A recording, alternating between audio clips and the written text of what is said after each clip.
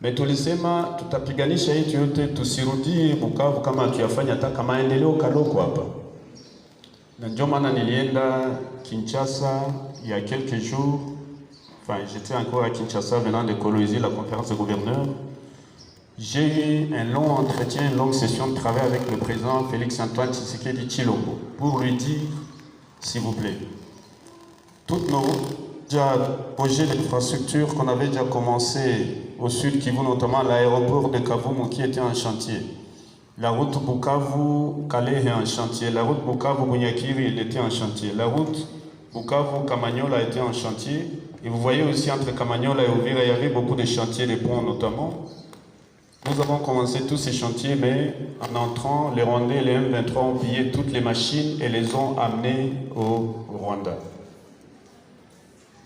Moi, j'ai dit au président de la République, il ne faut pas qu'on tombe dans le piège de l'ennemi. Ces gens veulent que nous puissions toujours continuer à dépendre à vie du Rwanda pour que nos routes ne soient pas faites. Et on doit sortir de ça.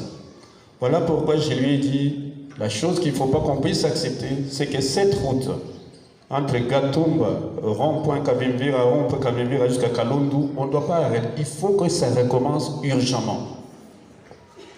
Et il m'a dit, tu as tout à fait raison, parce qu'on doit montrer à l'ennemi que la chose continue, que l'État continue. Et on ne peut pas arrêter ça. Voilà pourquoi il m'a dit, très rapidement, il a instruit 3 personnalités que j'ai vues, notamment Alexis Guissaro, le ministre Aimé Boudji et le ministre des Finances, Doudou Fouamba. Il les a instruits de libérer les moyens en urgence pour que cette route reprenne, les travaux reprennent urgemment. Et je peux vous annoncer que j'ai revu ces ministres et j'ai continué à les bousculer tous les jours. Le processus de décaissement de l'argent est en cours et ça va sortir bientôt pour que les travaux commencent. Je m'adresse aussi à 2 groupements, 3 d'ailleurs. D'abord, les Wazalendo.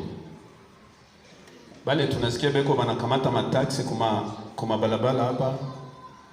Tous les camions que vous voyez entrer ici, il n'y a rien qui rentre dans les caisses de l'État. Rien, je dis rien. Hapa DPMR naweza walitutia $180 par mois. Kumwezi mzima. Ile metokari yote kwa naingia pale. Est-ce que ile bitu iko normal? Na sono uliza batu yote wanasema no ni wazalendo ndio kwa nadakala. Sona sumlia na wazalendo wanaambia na shiti kwa krizi hatuko naziona. Sasa nani mweko nazidaka? Donc huko tu bayaya wanaifanya kopo, wanajienrichir na kitu ingi mkesi ya leta. Tutajenga mabarabara aye. Je demande donc aux jeunes patriotes Wazalendo, à leur commandant, que nous avons réunis hier et avant-hier, et que nous allons réunir encore demain, qu'ils aillent au front, qu'ils laissent la police et l'armée gérer les choses ici, qu'ils laissent les chefs de division, les chefs de bureau, les experts, gérer la gestion de la chose publique au quotidien, en tant que technicien du gouvernement provincial. Et nous allons assurer bien sûr que ce qui vient, ce qui sort, puisse être utilisé pour les appuyer aussi, mais en créant un peu de développement. Je m'adresse aussi à la FEC, la Fédération d'entrepreneurs du Congo. Il va blaguer tout ce qu'on a assez, mais non, nous sommes en guerre, on ne peut pas cotiser à part la moitié les blagues. Sinon, vraiment, tu vas traiter ça par ennemis exactement comme les M23. C'est le moment de contribuer, non? Aïe, on veut. J'ai occasion pour les taxes, ça y est, bien, na ifike mukesi ya province. Usipati mtu mkono ingie kukonte ya province. Na ikiingia pale, tutaita population na ambia hii mwezi kuingia uta, uchagule ma projet prioritaire. Kama ni pa kilomita ngapi ya pave province itatia humu, mbele tutoke ifo tunaiona. Ingine groupe ni ba pétrolier. Aba leta makamia ma pétrole na wafanye nguvu vraiment baanze lipa. Baanze lipa na basilipe kwa mtu asibite pitishe le camion mbele usiti kuna Twitter. Il faut le lare na parce que kwa vetu kuna jiarishire hapa kujina wazalendo kujina wengine alors que lare kana ngemu kesi ya leta bila hatutabitika. Mwenye ngemu ile makopo hatutaitika hivi. J'en profite pour rendre hommage aux frères et sœurs qui ont été assassinés avant-hier par le M23 à Kaniola et récemment Kabar et dont des enfants de 6 ans. Papa de 22 ans, je rends hommage à tous ces jeunes qui essaient de lutter pour freiner ça.